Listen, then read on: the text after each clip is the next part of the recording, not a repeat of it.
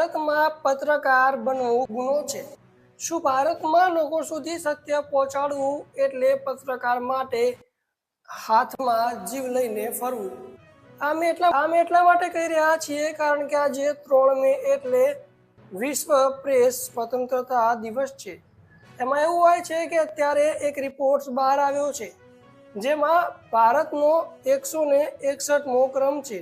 એટલે પ્રેસ સ્વતંત્રતામાં વિશ્વમાં કુલ 180 જેટલા દેશો છે અને એમાં પણ ભારતનો 161મો ક્રમ આવવો એ ઘણું ચિંતાજનક છે।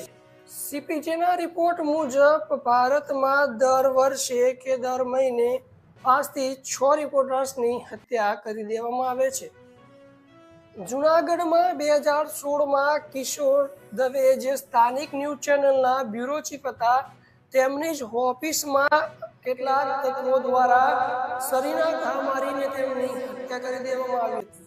આ ઘટના 2019માં ચિરાગ પટેલ જે ખાનગી ન્યૂઝ ચેનલમાં કામ કરતા હતા તેમનો મૃતદેહ સળગેલી હાલતમાં મળી આવ્યો હતો।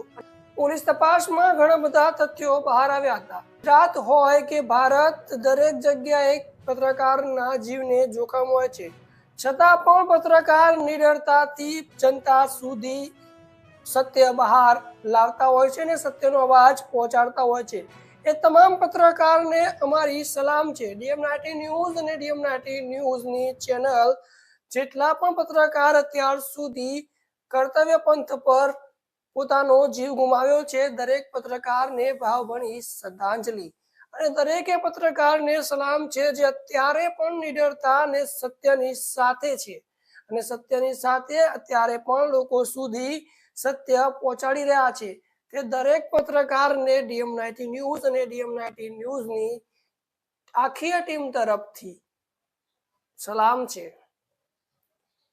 દર્શક મિત્રો, તમે જ જણાવજો કમેન્ટ કરીને કે શું કોઈ એવા કાયદા બનવા જોઈએ, શું કોઈ એવી કલમો બનવી જોઈએ જેમાં પત્રકારની સુરક્ષાને દાયિત્વ આપવામાં આવે। કમેન્ટ બોક્સમાં જરૂર જણાવજો।